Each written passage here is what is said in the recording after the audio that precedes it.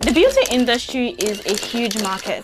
It is incredibly fast-paced and competitive, which means beauty practitioners have to offer multiple services in order to meet up with their customers' needs and desires. From makeup artists who are nail techs and hairstylists who will give you a bomb lash set, everyone wants a piece of the pie. In this episode, we spend the day with Naomi, who started off as a makeup artist but is now a lash and brow tech, a tattoo artist, while selling thrifted clothes and working out of her house. Welcome to a day in the life of a multifaceted business owner.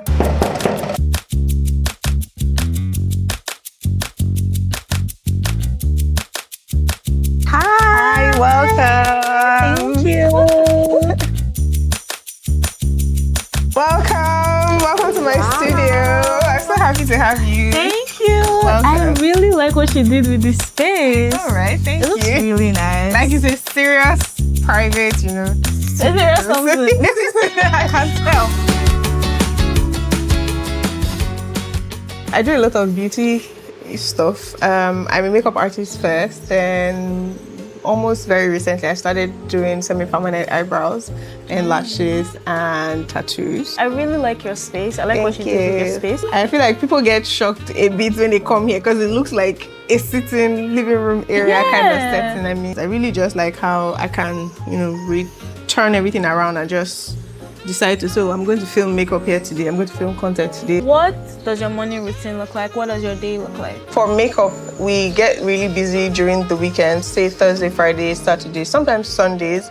Then during the week, it's a little bit slow, but then I get more of lash and brows, or sometimes lash and brows can also come like a lot during the weekend. Like today now, I have a lash appointment by 11 a.m. I always encourage my clients to book a day before, so it helps me prepare. I already knew this appointment will happen today, so I've already gone ahead to prep everything that I need. Right now, I just need to come, set up the lights and just maybe disinfect the bed, because I always do that with a bit of alcohol. I tend to spray the place with a bit of air freshener and then open up the windows so that air can come in and it's not stuffy and stuff. When it comes to lash extension, the environment plays a huge role. Yeah. So if it's too dry or it's too humid, it tends to affect the retention of the lash extensions. For today, I already know she's going for a classic set, so I already have that on my tray. How long have you been doing makeup now? Say maybe 7 years. I started roughly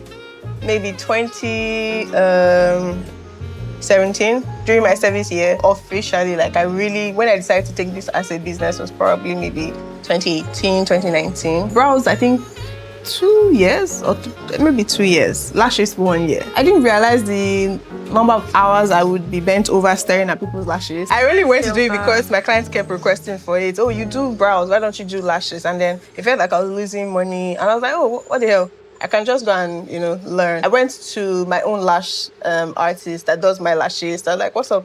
How can I come for a class? So she gave me a crash course for 2 weeks, and I was able to pick it up almost immediately. I don't know if you notice, almost everybody that does brows right now is drawing tattoo. My boyfriend, he's more into tattoos, right? He loves tattoo, and of course he feels like there's more money to be made. I quickly realized that I could make a lot of money just drawing brows, but then it's also a side hustle for me. If you request it, I'll do it. I practice almost every day. We knew that, say, off and on, maybe about a year. So I already washed her lashes. First tape is down. The next one is to secure this one down. How do you feel? Is that comfortable? Yeah. Thank you. Okay, close. And I'll also ensure that her eyes are not open, because if it does, the fumes from the lash glue would Go into her eyes and make her uncomfortable. I'll get my glue ring. I like to put it on my thumb. The glue is secured in this container, just so air doesn't come in contact with it. So even if it's inside its container, yes. air can still penetrate. Yes, even the heat and everything can affect it. So what I like to do after shaking it for a few seconds is to bring it out a little bit. I find that the one that is still on the nozzle is not as good as the one inside. It's supposed to be very liquidy. Hey Siri. Set a timer for 30 minutes. 30 minutes is to remind me to change the glue. Even if I still have glue here, it means that it's not as effective as when I started. For her, I'll be doing classic. For classics, we're doing just 1-to-1. It's not like a lot together. So there's 8, 9, 10, 11, So those are 12. lengths, Yeah, these right? are lengths. For her, she has a bit of...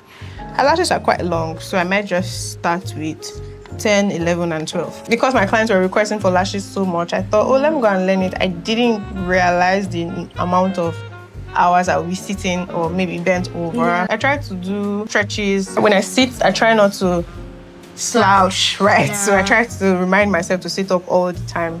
How does pricing work with you? I know that the economy has been very difficult. What has helped me is that I buy a lot of my products in bulk. So I just do my calculations. So, and I'm like, okay, I can keep up. If you're buying every other day, like 2 or 3 lash trays, and you know the price have gone up every day, you just have to keep increasing your price, and that's going to be hard for people who are used to. Yes.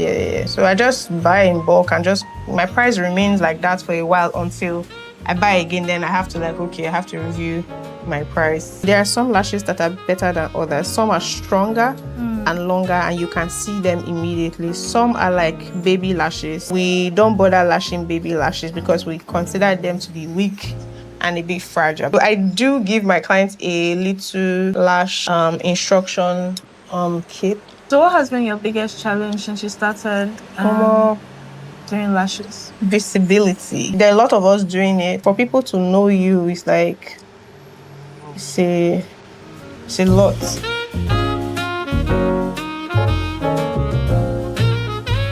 So we've seen you as a lash tech, and now we're seeing you as a makeup artist.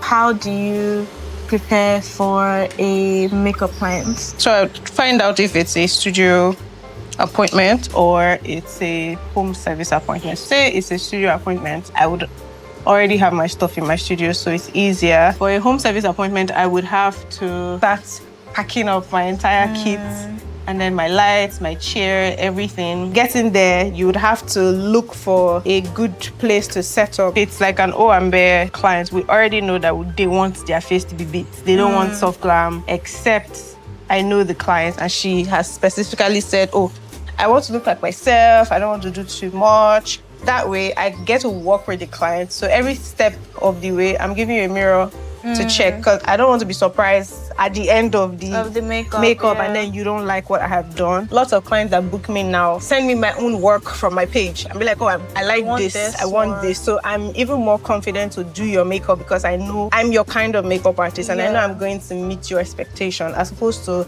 a new client that can be very daunting. I always believe that less is more. So I don't do too much and then we're trying to like tone it down. So I do the barest minimum, make sure that you look good, you look like you have makeup on, but then if you insist that you want more, then we can build on it. Exactly. My approach is to figure out skin type, skin condition, like what I can see. And if I can't really tell, like I can give a good guess, but then I would also ask my client, like, do you sweat? Do you have oily skin? The information that she gives me is definitely going to inform my decision, so I know what next to apply. So if I'm working with an oily skin girly, I know to pull out my mattifying primers. I know to use my sweat block, because people who produce a lot of oil tend to sweat a lot as well. But people who have dry skin, they don't really sweat as much, except it's like really, really, really, really hot. I take a home service job. I try to find a spot that's closest to the window so I can see your skin better. I like to do skin work first. I find that it's easier. You just know exactly what you're doing off the bat. Like, but some people like to do brows first, eyeshadow first.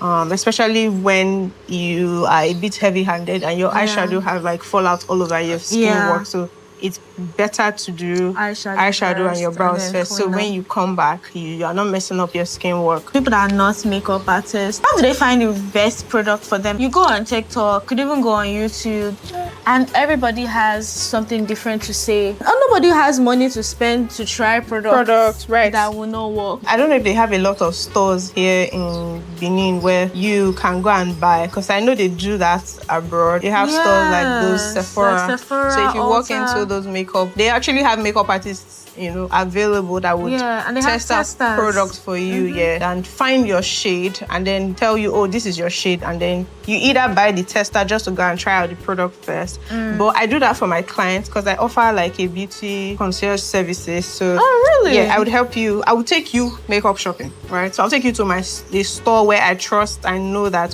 they shop, they shop directly from the brand, right? And then you can even confirm by sending them a DM to find out, oh, do you have a retailer out here in Benin? They will tell you a list of people that sell their product or carry their product. So you can just walk in there, and if they are willing, I'm sure, because the way I buy, they do offer shade match. But my problem is most of the girls that are doing shade match, they are not makeup artists. Yes. And they don't really even know. Oh my God. They don't know. So that's why I feel like buying products products so that you don't waste money, go with a makeup artist or your makeup artist. Right? So I tell my client, if you really want to buy, just come, take 1 hour out of your day. We'll go makeup shopping. I will test it on you and be sure that you are buying something that you can use, not somebody who is not a makeup artist telling you, just buy this one. I think it's your shade. So what's the difference between contour and bronzer?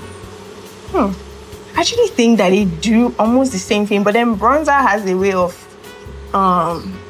sculpting the face. Like, it looks so natural. It looks like it's coming from, within the skin, right? And it can serve as, some people, once they do that, they don't bother doing blush anymore, right? It's just so beautiful.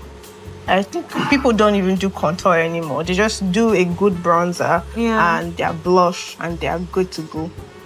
So except you are really, really trying to sculpt the person's face. Maybe the person is has like a really big chubby face, and you're trying to make it look snatched or chiseled. What's the difference between doing bridal makeup and doing regular makeup based on like how much you will charge? First off, it's the long hours. First of all, once you tell a makeup artist that I'm a bride, you already put them in a zone that you have to bring your A game. Then secondly, there are products that a makeup artist will likely use for a bride that she will not use or necessarily use for an everyday client, because it's not the same. The bride is going to be under a lot of, look at all these lights, for example. Imagine you on your wedding day. I'm sure there are going to be more bigger lights. Yeah, like there are more people, more lights, and you're going to be stressed.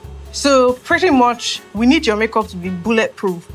So we don't want to be calling makeup artists every 2 seconds that, bride is sweating and the makeup is going like this. It's going, before you know, makeup has scattered. And these products are not cheap, and sometimes it requires the makeup artist to travel very early in the morning or even days before. Who's going to cover for that? That's our time. Time is money. It's expensive, basically. You can't compare it to somebody who just walked in here, got her makeup done and left, right? So it's a lot. And sometimes you even go for trial, and some makeup artists don't charge for it. They only believe that since you have booked or decided to use me, you can come in for a trial. That's product, and that's also time. And sometimes a trial can last 2 to 3 hours because we're trying to figure out what you really want to look like on your big day. So for you, what is the hallmark of a good makeup look? Flawless skin. If it's so good, you can't even spot any other mistakes. Brows these days, people don't really do much with brows. They can just put a brow gel and they're good. But you see skin, once it's mildly blended in, it starts to radiate, like, especially when the person you're working on has flawless skin already, and you now do a sweet skin work on it. Mad. So which do you prefer, 2016 makeup trend or 2026 makeup I mean, trend? 2016 was just a lot of hard work. Everybody was trying to figure out who draws the better brow. But now, The big blocky brows. God. Now nobody cares. I've had a client who booked and brought her own makeup kit. I'm always very excited when a client brings their kit. Why? It means, for starters, some of them, they already know what they look like, what they want to look like. They just don't have the time to do it themselves. So when they offer, and some of them actually have really good product, like product that I don't even have, or I have been on my wish list to buy. When I see, they be like, you please use my foundation for me. And sometimes they're actually very right. Their foundation is the exact match, right? You know a professional had, probably matched them Yeah. correctly. So why not? I use it for them. But I've even had clients who do their own lip combo by themselves. And it's great. Some they do their own waterline by themselves, because if they allow anybody to do it, they tear up bad. So they do it themselves. Me and you are going to fight for that one, because I cannot do it myself. Right. I don't want you to do it. Right, So you get. no waterline for us. So it's just like that.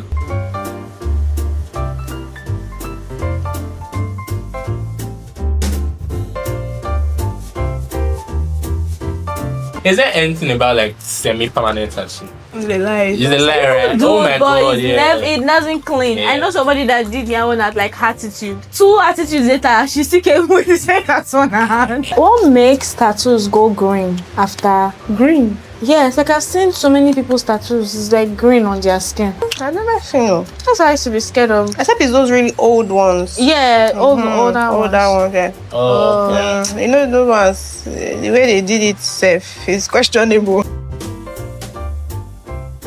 What is next for you? Because I know that you do a lot of things. Right. Because I run a home studio and I cannot always like bring everybody here. I'm still looking to like open up my own studio where I can have like different people actually doing these services. I mean, it's good that I know how to do it, but I'd like to teach more people and then train more people and have other people do this service for me, because I believe that more hands working at the same time, more money for the business. So Yeah, so to open a full-on studio. Exactly. All right, we're looking forward to it, and we hope that when you open it, you invite us. Of course. So we can come and help you celebrate. Yeah. All right, so thank you very much. Thank you so I much really for had coming. a good time. Thank you. Thank you.